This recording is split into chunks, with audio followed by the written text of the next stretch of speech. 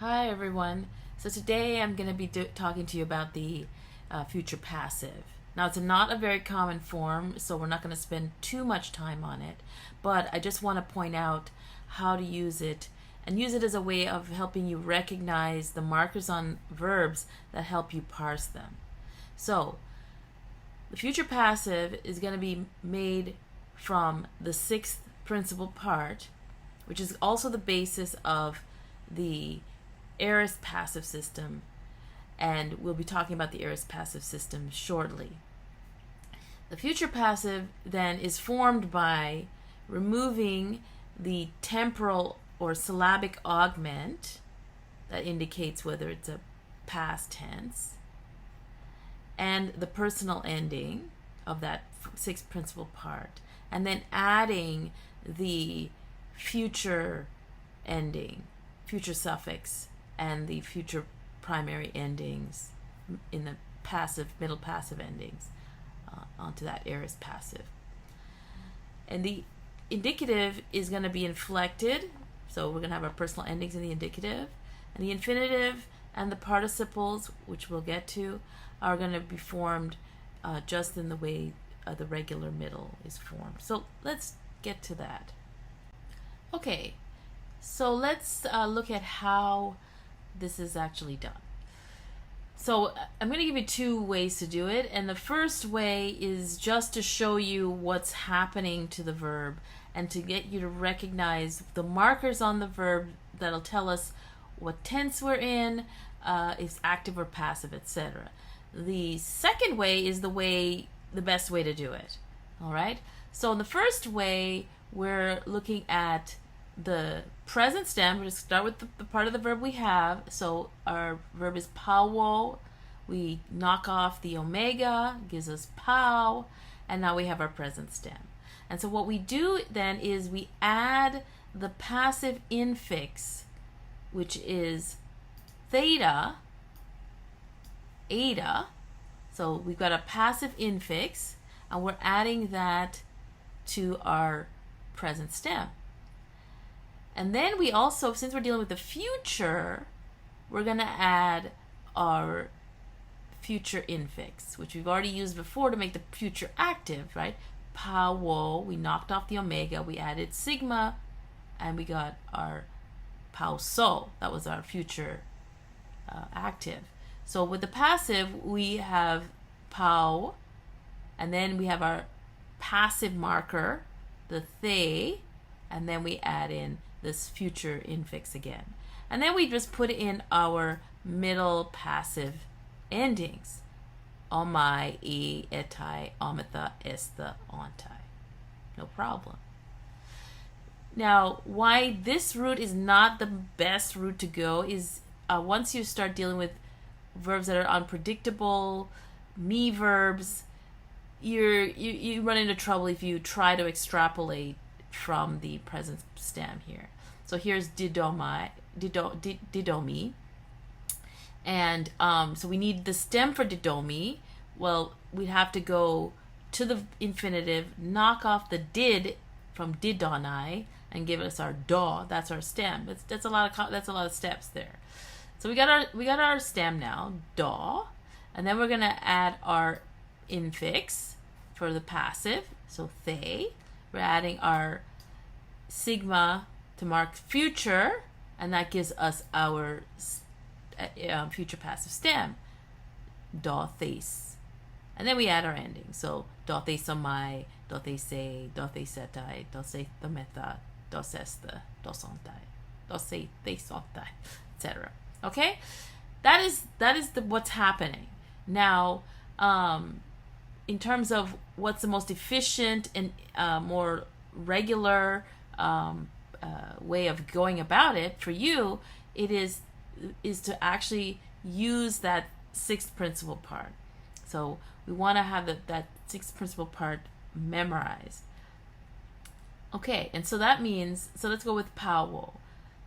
So that sixth principal part for pawo is e pau thein, and you'll see this in the list when we start learning the principal parts in full.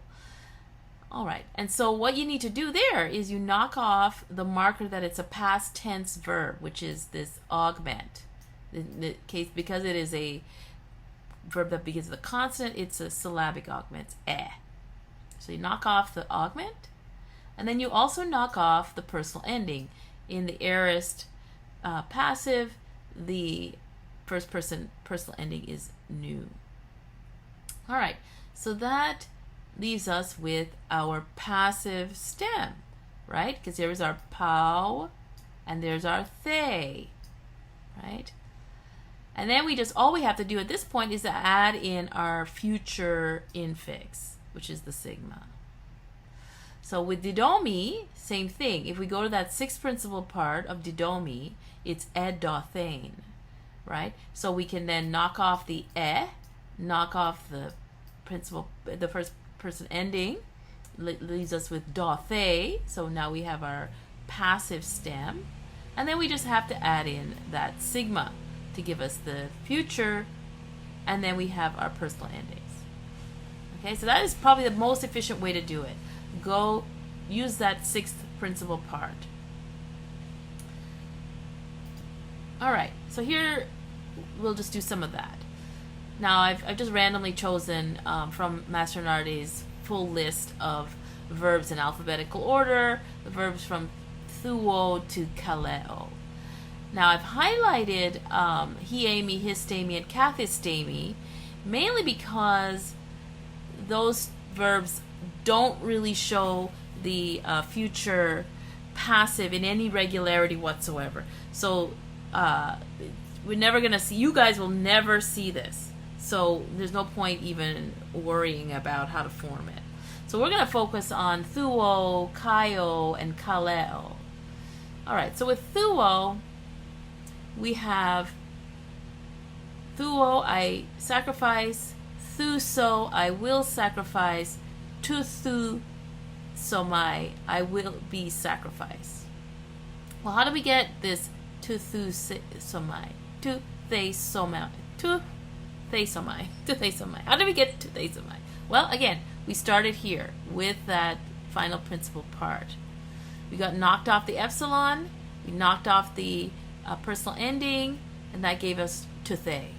And then we added our somai, our future infix sigma, and the omai. Kaio. So we started off, I burn, kaio, or kao, I burn. Kauso, I will burn. Kauthesomai, I will be burned. Again, we got our future passive from this sixth principal part. We knocked off the epsilon, which was the marker of a past tense. We knocked off the nu, which was the personal ending, and that gave us our kauthe, our passive stem. And then we added our future infix, the sigma, and the personal endings. I will be burned. Kauthe somai. Kaleo, I call. Kaleo, I will call. So the present and the future are the same in stem. They look the same in Greek. And then the future passive is kleithesomai. Not immediately obvious how that came about. So again, this is why just directly taking from that sixth principal part is the way to go.